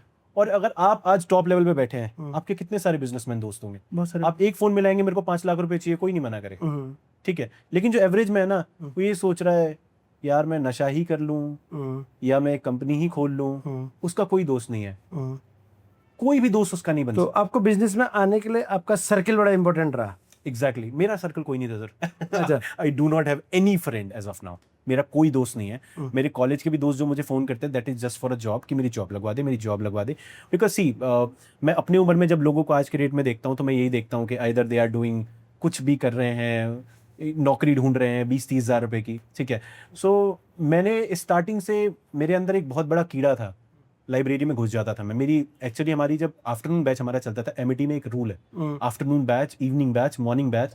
तो मैं 9 बजे चला जाता था, कोई भी लाइब्रेरी किताब उठाई, जैसे मार्केटिंग ऑफ अ पेप्सी, पढ़ने लग गए खोल के, कुछ नहीं पता क्यों पढ़ रहे हैं, बस पढ़ रहे हैं। अच्छा। ऐसे हो गया, वैसे हो गया। उसमें पढ़ लिया कि कोको कोला ने एक बार सारा पेप्सी भर के और उसके बाद गाड़ी से सारा गिरा दिया ताकि पेप्सी का स्टॉक कम पड़ जाए, ये हो जाए, वो सब पढ़े जा रहे हैं, कोई मतलब नहीं है। लेकिन पढ़ पढ़ के फिर धीरे धीरे कहीं ना कहीं उसमें से कुछ ना कुछ इनपुट ले लिया। एग्जैक्टली। और मुझे ये चीज बिल्कुल क्लियर थी कि यार मुझे तो बिजनेस करना है, बिजनेस ही करना है, I have to do. Because मैंने अपने फैमिली में, मेरे लाइफ में जब मैं वो किया ग्रेजुएशन वगैरह की, तो मेरा भी लाइफ में टारगेट ये था बिजनेस करना है। मैंने अपनी फैमिली में सिर्फ फाइनेंशियल कंस्ट्रेंट इतने देख लिए थे स्टार्टिंग फेज से कि मैं बिल्कुल क्लियर था कि यार नहीं, मेरे फादर को जो प्रॉब्लम्स हुई वो मेरे जॉब से तो नहीं जाएगी। मैं कैट की भी प्रिपरेशन कर रहा था। अब उनकी तबीयत कैसी है? हाँ, he is okay now. Okay.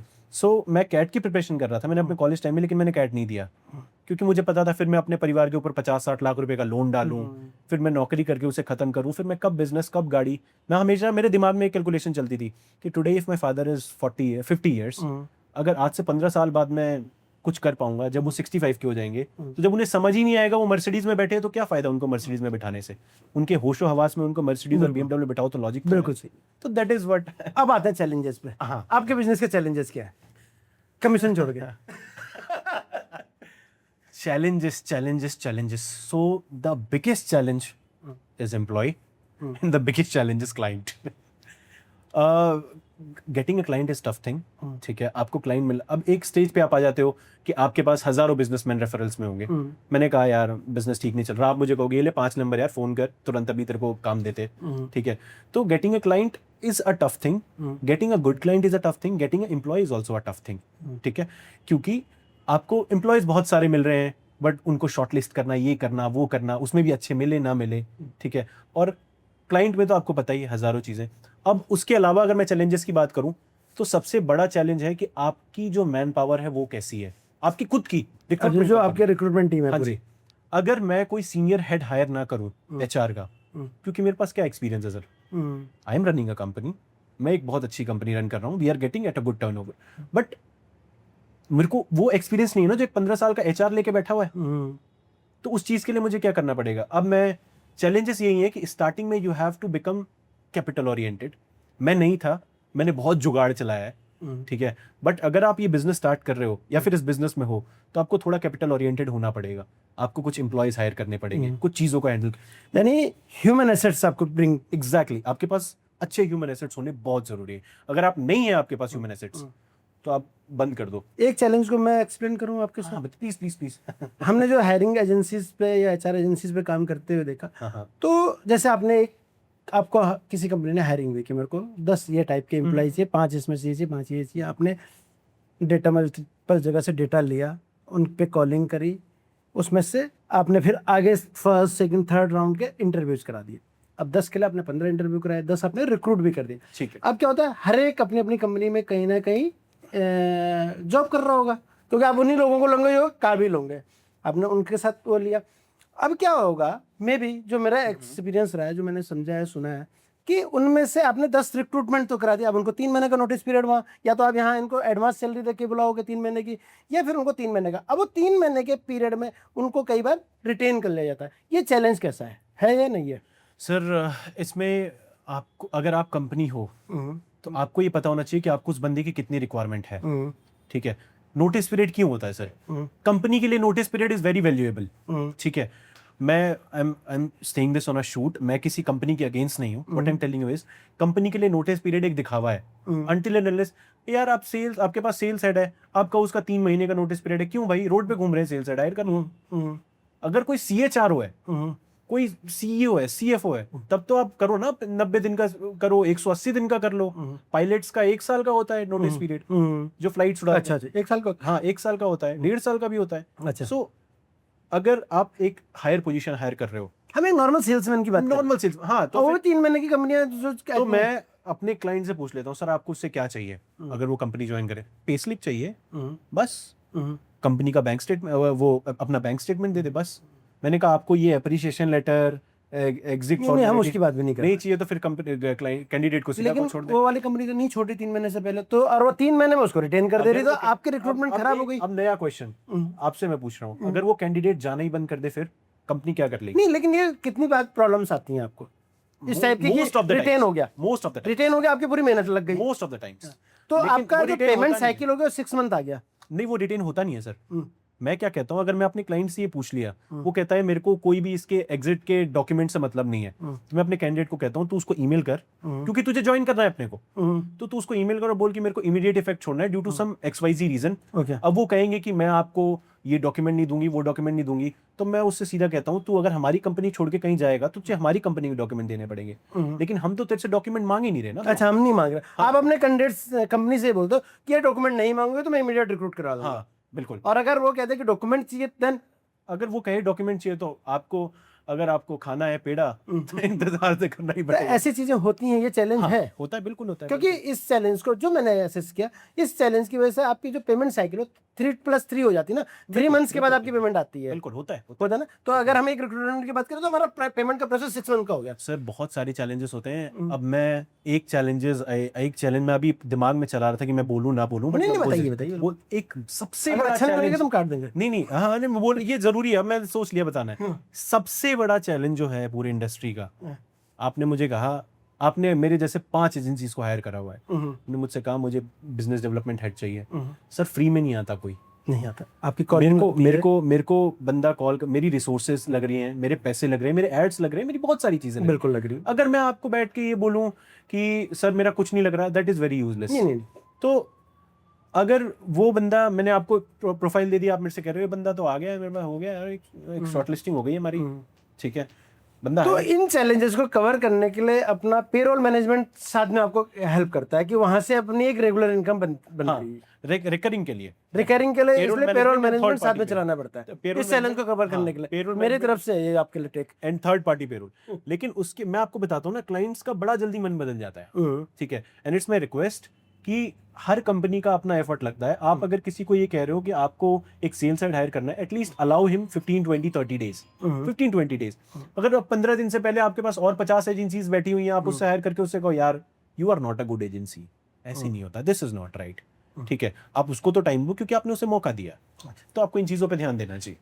अच्छा, इसके अलावा आपके बिजनेस का सबसे मेन प्रॉब्लम यही है या कुछ और भी है मेन प्रॉब्लम्स अगर हम बात करें तो? हाँ, इससे अलावा तो कोई ऐसा सीरियस प्रॉब्लम नहीं है। हाँ, आ गया फिर से एक दिमाग में एक, मैं यूजुअली हमारी एचआर इंडस्ट्री में प्रॉब्लम्स होती नहीं है, बट जो है वो इतनी दर्दनाक है, मैं क्या बताऊँ। काफ़ी बार ऐसा होता है, मेरे अभी I was signing a client, बहुत खुश हुआ, मैं उनके पास जा रहा था मिलने के लिए। He was running a company like KreditBee, जैसे क्रेडिट बी लोन देती है वैसे एक कंपनी, उनके ओनर के दोस्त की ही कंपनी थी, ठीक है। तो उन्होंने मुझसे कहा कि यार आई नीड 30 टेलीकॉलर्स। मैंने कहा ठीक है, बिल कर लेते हैं सर। और मैंने उनको बता दिया कि मेरे को ऐसे पैसे चाहिए, ये चाहिए, वो चाहिए, मेरे को 1 महीने की सैलरी चाहिए, मैं आपको 3 मंथ का रिटेंशन दूंगा, ये वो एवरीथिंग आई टोल्ड। वो मुझसे क्या बोलते हैं कि यार मेरा ना प्रीवियस जो बंदा था वो 1500 रुपये लेता था पर एम्प्लॉय, आप मेरे को 30 बंदा हायर कर दो 1500 रुपये पर एम्प्लॉय के। 45,000 रुपये? हाँ, मैंने कहा 30,000 रुपये, 45,000 रुपये में 30 बंदे में 45,000 रुपये में हायर करके दूंगा। कह रही है ये 20,000 रुपये से अगर ऊपर पोजीशन होती है तो मैं आपको एक काम करूंगा, मैं आपको 2,000 दे दूंगा। मैंने कहा एहसान कर दोगे सर 2,000 रुपये देके? 500 रुपये बढ़ा दिए सर, बहुत बड़ा एहसान हो गया। कह तो आप कोशिश करो ना कि बंदा 21-22,000 में ही हायर हो, तो मैं आपको 2,000 रुपये दे दूंगा। मैं उसके अभी ग्रुप है सर, मैं आपको दिखा दूंगा फोन में, वो फोन आते रहे, मैं रिप्लाई करना बंद कर दिया उनको, अब बात ही नहीं करनी। एक नई टाइप। एग्जैक्टली, लोग पैसा देने में बहुत, उसके बाद लोगों को ये भी लगता है यार इसका तो खर्चा क्या है, 70-80% इसका बच जाना है, वो नहीं होता। वो नहीं होता, आपके रिकरिंग एक्सपेंसेस company- फिक्स है। अगर अगर किसी इसमें रिक्रूटमेंट की सैलरी तो देनी है। किसी कंपनी में अगर 80% अगर आपका बच जाए ना, तो आप सब बंद करके सर वही कंपनी स्टार्ट कर लो। 80% अगर आपका नेट प्रॉफिट बच जाए, ठीक है, तो वो कहते हैं तेरा खर्चा ही क्या है, तू 15 दिन की सैलरी ले ले, तू 1 हफ्ते की सैलरी, कैसे हो जाए 1 हफ्ते में, कैसे हम जिएंगे? तो मेरी बहुत बड़े कनेक्ट्स हैं, मैं तुझे आगे इससे कनेक्ट करा दूंगा, उससे कनेक्ट करा दूंगा, आपको बड़ा फ्री का लॉलीपॉप, प्रलोभन, फ्री का लॉलीपॉप, प्रलोभन ही वही। सो दिस इज अपनी कंपनी का स्ट्रक्चरिंग क्या है? कौन कौन कैसे कैसे क्या रोल्स में आपने कैसे कैसे क्या लोग रखे? Actually me and my sister are the partners, ठीक है। मेरी सिस्टर को मैंने पार्टनर इसलिए बनाया बिकॉज मुझे एलएलपी सबमिट करना था, अच्छा, एलएलपी बनाना था, और मेरे पास कोई ऑप्शन नहीं था। She is the only one who can handle the things in behind of me, ठीक है। तो स्टार्टिंग में तो हम दोनों ही चीजें हैंडल कर रहे थे। दोनों अलग क्या क्या चीज टेक केयर करते हैं? मोस्ट ऑफ द टाइम्स जो पोस्टिंग्स का काम है, जो रिज्यूमे शॉर्टलिस्टिंग का काम है, उस टाइम, अभी तो कुछ नहीं करती वो अभी वो सिर्फ पैसा लेती है। क्लाइंट की पेमेंट आ गई, मेरा पैसा दे दो मेरे को। अच्छा। सो this is how she is dealing. But पहले क्या करते थे वो, रिज्यूमे शॉर्टलिस्टिंग ये सारी चीजें वो करती थी। She is 4 year younger to me, okay. But हाँ स्टार्टिंग से मैंने उसके दिमाग में वो चीजें फीड की है कि ये करना है, ये करना है। अब धीरे धीरे फिर one of my school friend who is also knowledgeable in HR, ठीक है, तो हमने उसको अपने यहाँ एम्प्लॉय बना दिया, miss Neha Kohli. She is executive director in a company, ठीक है। There isn't any stake or something she have, but still she is doing very good as वो क्या टेक केयर करती हैं? अब सारा रिज्यूमे इसका वो देख लेती हैं। अच्छा, रिज्यूम डाउनलोड करना, वो करना, को देखना, और टीम को हैंडल करना बेसिकली, कि कोऑर्डिनेट करना कि यार मेरे पास जैसे अगर मैं बात नहीं कर पाया, माय सिस्टर इज यंगर, वो क्लाइंट से डायरेक्ट बात नहीं करती, अगर मैं बात नहीं कर पाया तो शी इज द वन। तो ये ऑपरेशन पार्ट देख रही है। एग्जैक्टली। तो फाइनेंस कैसे मैनेज करते हो? और फाइनेंस का चैलेंजेस क्या है? फाइनेंस का चैलेंज ये है कि हमने इनवॉइस जनरेट कर दिया, अब दोस्ती यारी में चल रहा है। कितना टाइम? पेमेंट करनी है 15। आप भरोसा करोगे, मेरी 2,28,000 रुपये की पेमेंट है अभी। एक पेमेंट आनी है for the sale set. He hired a sale set, कुछ 1-1.5-2 लाख रुपए सैलरी, 1-1.5 लाख रुपए सैलरी थी वही लुधियाना के लिए। सो मैंने 15 दिन में पेमेंट आनी थी, वो पेमेंट मुझे अप्रैल में ही आनी थी सर। अच्छा, अभी जुलाई चल रहा है, और जब मैंने अप्रैल तो भी आने में टाइम है। और जब मैंने जुलाई में उनको जब फोन किया, उन्होंने मेरे को कहा यार बिल क्यों नहीं भेज रहा? मैंने कहा आप जीएसटी नहीं दे रहे हो। तो तो जब उन्होंने कहा आपने मेरी एचआर को मैसेज कर दे, जो तूने ही मुझे हायर करके दी है वो मुझसे मांग लेगी। मैं ठीक, मैंने एचआर को मैसेज किया, एचआर ने मुझे मांग के दे दिया। अब लफड़ा पता है क्या सर, अब मैंने बिल बना के भेज दिया, मैंने कहा ये 2,28,000 रुपए का बिल है भरो, भाई ब्रो करके दो। तो मेरे से कह रहे रुक जा यार, अभी 10-15 दिन और लगेंगे। अच्छा, तो payment payment delay is the biggest problem in this industry. ठीक है, अगर आपके क्लाइंट्स दोस्त हैं तो आप बिक जाओगे दिस इंडस्ट्री में। सो this is the problem. But अगर प्रोफेशनल जैसे बिग कंपनीज के साथ इफ यू आर वर्किंग, तो पेमेंट साइकिल क्या होती है उसमें? 15 days ओनली। और अपना पैसा लगाने की जरूरत पड़ती है रेगुलर या नहीं? हाँ, किस चीज में? अगर कोई पोजीशन ऐसी है जहां पर आपको बहुत स्ट्रगल करना पड़ रहा है, जो डेटाबेस नहीं है, तो आप लिंक्डइन के ऊपर क्या आप ऐसे थोड़ी डाल दोगे? आपको पर डे का 1,500-2,000 रुपए देना पड़ता है उसको, फिर उसके बाद वो आपको कैंडिडेट्स ला के देगा, या फिर अदर वेज ऑल्सो। लाइक मैंने अभी तो रेगुलर बिजनेस में पैसे का इनपुट डालते हैं, exactly. तो आप वो कैसे मैनेज करते हो? एक्स्ट्रा मनी को कहाँ से मैनेज करते हो? सर मैं आपको बताता हूँ, लोन्स, फैमिली, दोस्त, या फिर बिजनेस के प्रॉफिट्स? सर बफर बहुत अच्छा है। अच्छा, buffer why I am saying is कि जैसे अगर मैंने सैलरीज वैलरीज आर देयर, बट स्टिल जो मैं बात बोलने जा रहा हूँ फिर लोगों को लगेगा कि इसका तो 90% प्रॉफिट है। अगर मैंने 10,000 रुपए किसी पोजीशन पे खर्च कर दिए, ठीक है, अगर मैं किसी पोजीशन पे 10,000 खर्च कर रहा हूँ तो जरूर वो पोजीशन कोई बड़ी पोजीशन हो। बिल्कुल। अगर मैंने 10,000 रुपए उस पर खर्च कर दिए तो मेरे को उससे जो बिलिंग होनी है that is of minimum 1,70-1,80-2 lakh रुपए। ठीक है, salaries and all again there. हाँ, पर बट इससे क्या हुआ, आपके 10,000 रुपए खर्च हुए, आपने 2 लाख रुपए बना दिए, टैक्स इंक्लूडेड है इसमें। ठीक है, so buffer is a good thing कि अगर आपके कितना खर्चा होगा आपकी फैमिली का, अगर आपने 4 पोजीशन क्लोज कर दी, अब 4 महीने हाथ पीछे करके बैठे रहो, वाह हो गया पैसा। अच्छा, एक सिंपल सा क्वेश्चन, अब तक का सबसे सिंगल क्लाइंट कौन, जैसे एक पोजीशन के लिए सबसे बेस्ट सैलरी कहाँ से किसको दिलवाई है? सबसे बड़ा सीएफओ या सीईओ कोई पोजीशन ऐसी क्रिएट करी हो, और किस सैलरी पे? सबसे बड़ा क्लाइंट जो मेरा था, it was conglomerate CFO. Okay, ठीक है, it was for the group of companies, he was for the group of companies, और उसकी जो सैलरी थी इट वाज 2.73 करोड़। ओके, ठीक है, एनुअल। ठीक है, और व्हाट वी चार्ज इज, हमने उनसे 25% चार्ज किया था उनके ईयरली पैकेज का। ईयरली में कैसे? तो ये आपका एक सिंगल रिक्रूटमेंट का, ये बहुत अच्छी कोशिश के कह सकते हैं। और सब लोग यही काम कर सकते हैं? नहीं, सब नहीं कर सकते। देखो, हर बिजनेस के बहुत बड़े, सारी दुनिया सब काम नहीं कर सकते। बट ये इंडस्ट्री बहुत डिप्रेसिंग है। I will tell you why. क्योंकि अगर आपके पास 5 क्लाइंट है, आपको दूर से, क्योंकि ना I think this is the only single industry जहां पर पैसे आप मार्केटिंग एजेंसी में आपका काम शुरू करने से पहले कह लेंगे डाल दो 50,000 अकाउंट में, but this industry something like कि काम करके दो, बाद में पैसा मिलेगा। ठीक है, तो देयर आर सम इश्यूज, और डिप्रेसिंग इसलिए कि 5 पोजीशन आपके पास है, 6 पोजीशन है, 7 पोजीशन है, आपको लग रहा है कि यार ये क्लोज होगी ना, 50 लाख रुपए तो अकाउंट में ही है मेरे, तो क्लोज एक भी नहीं हो पा रही। अब आप रो रहे हो बैठ के, यानी प्रोजेक्शंस बहुत है लेकिन कई बार जीरो है। उसके बाद फिर लास्ट में वही लाइन बचती है, दुनिया को ज्ञान देते हैं, नेटवर्क इज नेटवर्थ। अपने मेजर क्लाइंट्स, कुछ अच्छे क्लाइंट्स के नाम बता दीजिए जिनके साथ आप, अगर आप नाम बताना चाहते हो, सर, अगर आपको डिस्क्लोजर में कोई प्रॉब्लम ना हो तो। Sir I will tell you what, मैं कुछ क्लाइंट्स बता पाऊंगा, कुछ नहीं बता पाऊंगा, क्योंकि कुछ के साथ एनडीए भी साइन होता है। Juniper Networks we are working with, we are working with John Deere, we are working with Gartner, and these are some big clients I think. CTDI we are working, and these all are I think $1 billion companies. Dilip Buildcon we are working. It's also I think 70-80 हज़ार करोड़ की company है भी। So तो total number of clients कितने हैं अपने पास जो big? Currently overall अगर मैं आपको बताऊं, छोटे बड़े सब मिला के, I think I have 50-60 clients as of now. Next कुछ हम शॉर्ट में करते हैं। हाँ, प्लीज। फ्यूचर क्या है इस बिजनेस का? एआई के होने से, एआई से कोई इम्पैक्ट पड़ेगा आपके बिजनेस को? एआई से कोई इम्पैक्ट नहीं पड़ेगा, कभी नहीं पड़ेगा। ओके, ठीक है, क्योंकि सेल्स इज अ नौकरी जो एआई कभी भी कुछ नहीं कर सकता उसका। ठीक है, और कोई ना कोई ऐसी पोजीशन जरूर बच जाएगी जो हमसे ही क्लोज होनी है, हमारी रोटी फिर भी चलनी है। ठीक है, apart from that AI is helpful to us only, क्योंकि पहले हमें क्या होता था कि हमें देखना है यार क्या स्कोर करें इसको, अब सीधा एआई में आपने चैट जीपीटी में डाला कि ये रिज्यूमे है, ये सीवी है, ये रिज्यूमे है, ये जेडी है, स्कोर कर इसको, वो बता देगा 9.7 आउट ऑफ 10, इसको इंटरव्यू करा दो तुरंत। ओके, सो दिस इज आप लोग भी एआई यूज कर रहे हैं? हाँ। नेक्स्ट 25 ईयर्स का प्लान क्या? 5, 10, 15, 20, 25? नेक्स्ट 5 years का प्लान मेरा ये है that I have to be the best company in Delhi NCR in recruitment. Okay, ठीक है, अब I am excluding those top giants again that, but जो अभी कंपनी जो अभी हाल में शुरू हुई है उनके अंदर मुझे बेस्ट बनना है. एंड ओवरऑल सर यही है. अगर मैं अभी आपको 10 साल 15 साल 20 साल बताऊं तो आने वाले 25, क्योंकि आज AI है, सो वी हैव, जो लोग 50 साल में कर पाए we can do it in 30 years also, 25 years also. तो नेक्स्ट 25 years में माई प्लान इज कि I should be a company जो एटलीस्ट वर्ल्ड के टॉप 10 में, टॉप 15, टॉप 20, टॉप 50s में एटलीस्ट दिखे कि this is a recruitment company. चलो इस चीज़ को That's दूसरे my plan. तरीके से समझते हैं कि 5 साल बाद रेवेन्यू क्या मानो? 5 साल बाद we can plan our revenue. I think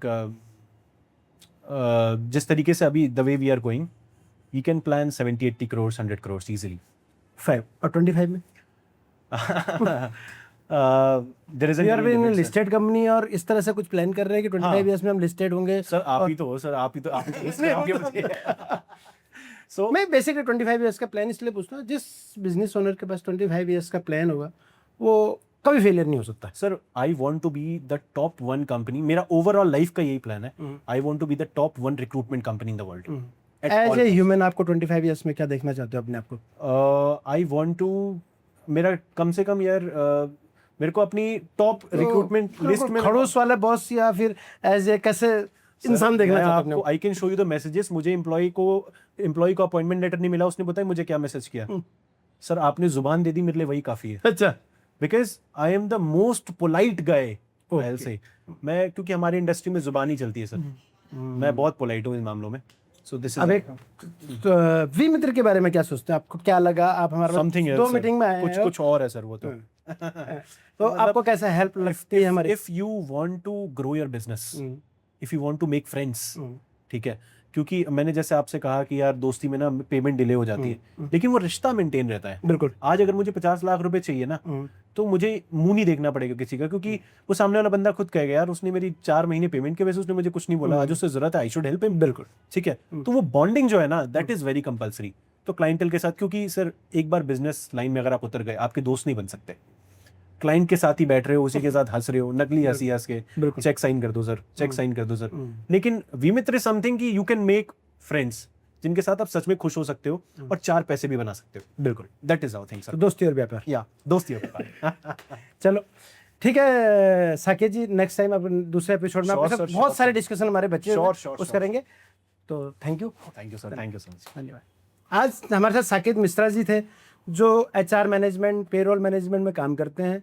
आप भी अपने बिजनेस को एक्सप्लेन करना चाहते हो, अपने बिजनेस के बारे में लोगों को बताना चाहते हो कि आप कैसे करते हो, क्या करते हो, आपके बिजनेसेस के USPs क्या हैं, चैलेंजेस क्या हैं, और आप उनको कैसे वो करते हो, अपने फाइनेंस क्या मैनेज कर रहे हो, उसके बारे में अगर आप अपने पॉडकास्ट करना चाहते हो तो हमारी टीम से संपर्क कर सकते हैं. धन्यवाद.